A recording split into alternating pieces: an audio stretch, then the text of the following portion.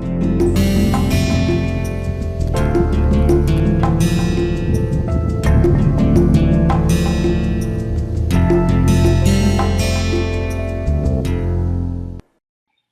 and welcome to another session of Introduction to Astrophysical Fluids. In this session, we will discuss the physics of Jeans instability. Jeans instability is one of the most important instabilities in the framework of astrophysics. Because often the stars and the galactic chunks are believed to have been formed as a result of Jeans instability. Now, what does Jeans instability mean? So previously, if we remember that we have seen, in the absence of any body force and viscous effect, any weak perturbation of first order in a polytropic fluid for which the pressure is just only a function of density, always, and actually has a relation like P is equal to some constant times rho to the power gamma, this type of fluid always leads to an acoustic wave mode which repairs the perturbation given the initial state is a static, the state was in hydrostatic equilibrium. Now, in the context of astrophysics, often we can see systems under the influence of gravitational field. So we can no longer neglect the body force effect. So the body force and viscous effects both were neglected in the previous case where we just saw the emission of sound waves, or the formation of the sound waves in order to respond to any weak linear perturbation made to the system. But in astrophysics we have to consider the body force, which is the gravitational field. And if the system is with a large mass, like a star forming cloud for example, then the system is acted by its self gravity. So the system is acted, the body force is nothing but its own gravity, own field of gravity. So now the question is that, does such type of system also lead to lead to the stability and linear mode of like sound wave or something like that, or this leads to any type of instability in this case, even if one starts from a hydrostatic steady state? That is the question. Now, in order to answer to this question, let us first consider the set of governing equations. So the set of governing equation, the first one you all can now recognize. This is the famous continuity equation, del rho del t plus divergence of rho v is equal to 0. This is the famous Euler equation, of course, because we have neglected the viscosity. So del v del t plus v dot nabla v is equal to minus gradient of p by rho minus gradient of phi. So here, as you can easily see, that we have neglected the viscosity, so this is nothing but the Euler's equation. The third equation is the Poisson's equation for gravitational field. So nabla square phi is equal to 4 pi g rho. Here you can easily see that phi is the gravitational potential. So g, small g, which is the gravitational intensity, can be written as minus gradient of phi. Now Jeans assume that the unperturbed state is a uniform fluid medium with infinite extent. And this state is at rest.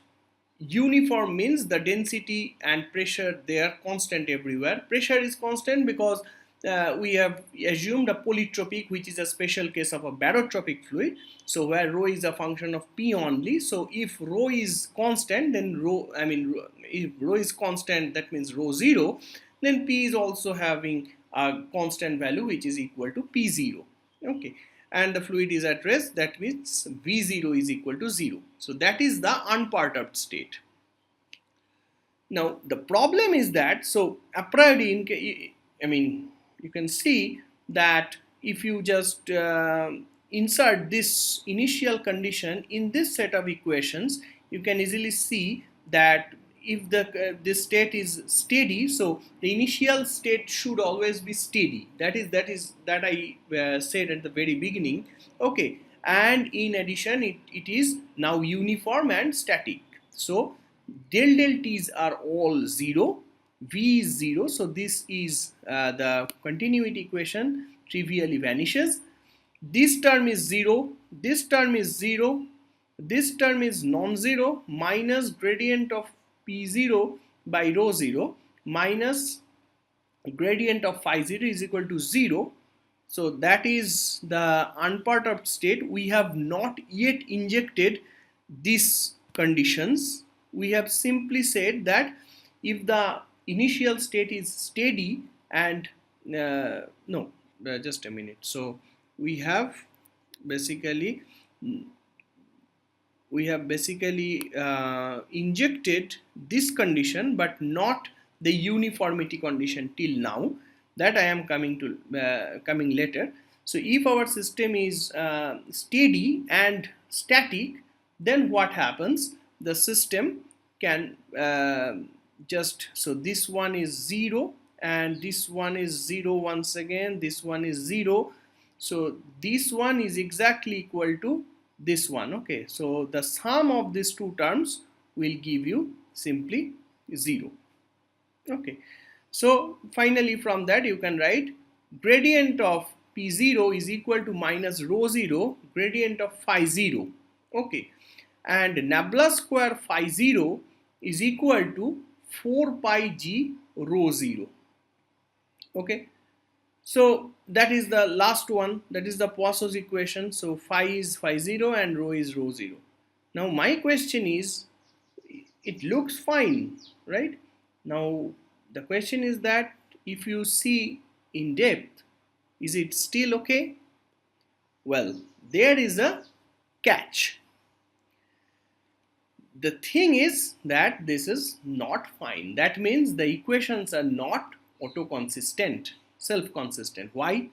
Because if you now consider for that the system, the medium is uniform, then the medium will have a constant non-zero value for rho 0. Okay, so rho 0 will be non-zero but constant. Okay, and if we have barotropic or polytropic fluid, then P is also constant. So P0 is constant. So rho 0 constant means P0 constant, and P0 constant means gradient of P0 is 0.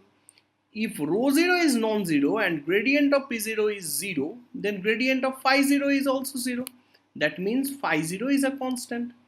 So if gradient of phi 0 is 0, now you remember divergence of something which is 0 is also 0. And that means that 4 pi g rho 0 is 0. Okay, that means rho 0 itself is 0. So we started by saying that we have a uniform medium, so rho 0 is constant but strictly non-zero because the matter should be there. But now we end up by saying that rho 0 is 0 everywhere. So what is the problem? Actually the initial unperturbed condition is not satisfied by a uniform infinite barotropic medium. Okay, that means that, I mean, up to this there is no problem in this equation, but after that this initial unperturbed steady static condition is not satisfied by a uniform medium. That means whenever you make the assumption that rho 0 is constant and non-zero, then the problem is started. Okay, and this is known as Jeans swindle. Jeans did not realize the fact, but he was the, I mean, how to say, like, he was the first one to address this problem analytically, and we will come to this later, and he actually somehow found qualitatively the same result. So what is the way out? In fact, one has to first solve the equation in A, and then should consider the perturbation around it. So first we have to solve this set of equation and to check that which type of functions actually satisfies this set of equation, and we will see that rho 0 is constant and non-zero can never be a solution of this equation. Okay, so that is the proper way. But very interestingly, historically, when Jeans finally analyzed his thing, it is found that the stability condition what Jeans obtained actually remains qualitatively the same if we do it properly from a well-defined initial state. Okay, so that is the proper way of treating that. Okay, then in case you can just remember Lane-Emden's equation. Actually in this case one has to like solve Lane-Emden equation type of thing, which is the spherical spherical, for a spherical system this type of equations can be cast into this Lane-Emden type of equation, and one can actually see this type of the solution of this problem in a proper manner. But here for this discussion, just for the sake of simplicity, we study the original treatment by Jeans. Okay, that means we will use the Jeans-Swindle method. Okay, now after perturbation, what happens? So why we are following this Jeans-Swindle method? Because of two reasons. First one is that this is historically important to know what Jeans did, and finally it is simple and gives qualitatively the same result as that of a mathematically properly done method. Okay, now after perturbation, what happens? V is now becomes V1, rho is now becoming rho 0 plus rho 1, and P is to P0 plus P1, and finally phi is also equal to phi 0 plus phi 1. Okay, again we obtained the linearized equations as del rho 1 del t plus rho 0 divergence of V1 is equal to 0, rho 0 del V1 del t is equal to minus CS square times gradient of rho 1 minus rho 0 times gradient of phi 1, where CS square is nothing but the polytropic sound speed. Now you know this is nothing but gamma P0 by rho 0. Okay, and finally you have nabla square phi 1 is equal to 4 pi g rho 1. Okay, now we have three equations and three perturbation variables. One is rho 1, one is V1, one is phi 1. Okay, the P1 is actually replaced by the polytropic condition by rho 1. Okay, in the next step we consider very simply plane wave solution for the weak perturbations, all weak perturbations. So rho 1 will be equal to some rho 1 0, which is the amplitude part, times e to the power I k dot r minus omega t. This is the plane wave type of solution for the fluctuations. Another way of saying that as they are linear, then we can think them of to be composed of Fourier components. Okay, and then we take one of the Fourier components. Okay, another way just to say that we are assuming that plane wave solutions where V1 will be equal to V10 e to the power I kr minus omega t, and then phi 1 will be equal to phi 10 e to the power I k dot r minus omega t. Okay, then finally we replace all these three values in this equation. Okay, all these three expressions, okay, this plane waves type of solutions, and we will obtain that minus omega rho 10 plus rho 0 k dot v10 is equal to 0 minus rho 0 omega v10 is equal to minus c square k rho 10 minus rho 0 k phi 10. Okay, k is the once again the wave vector corresponding to the perturbation. And finally, the Laplace equation or the Poisson equation actually for gravity gives minus k square phi 10 is equal to 4 pi g rho 10. So we finally have a set of 3 algebraic equations with 3 unknowns, rho 10, v10 and phi 10. Of course, we have 5 unknowns because v10 is a vector quantity. So you know that actually we have 5 equations, 5 scalar equations and 5 unknowns. Okay. Now take a dot product of C, okay, with K. See, if we just take K dot in the both sides of C, this equation, the second equation, okay, then and finally we eliminate K dot V10 from B, or using B.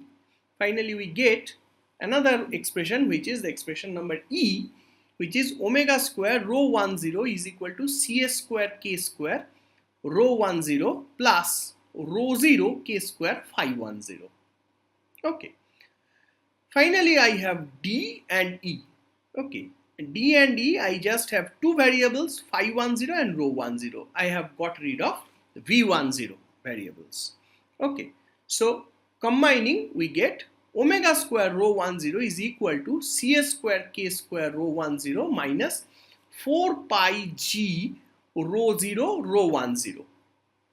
And then, just rewriting, we can get omega square is equal to Cs square times K square minus Kj square. Here I define this Kj square such that Kj square is equal to 4 pi G rho 0 by Cs square. Okay, and this is known as the Jeans wave vector. Okay, and here you can actually see this is nothing but the dispersion relation.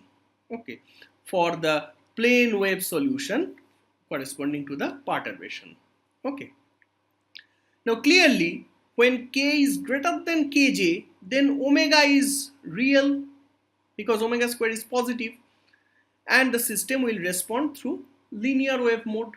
If k is less than kj, then omega is imaginary and the system then will be led to instability, and which is called the Jeans instability. Okay. Now, before discussing further, let us try to understand what leads to instability here actually. Okay. So, whenever the density of some region under self-gravity is increased, the fluid pressure gradient would try to repair it just like in a normal compressible fluid. But when the density gets higher, it creates a stronger gravitational field, self-gravity field will be increased. Okay, that's true, that is by Poisson's equation. And that further rise, that leads to the further rise in density. And that actually leads finally to an instability due to gravitational collapse. Okay. In fact, if the size of the perturbation L is greater than the Jeans wavelength, which is defined as lambda j, which is nothing but 2 pi by kj, then the increase in self-gravity dominates over the increase of pressure, and which is leading to the Jeans instability. Okay.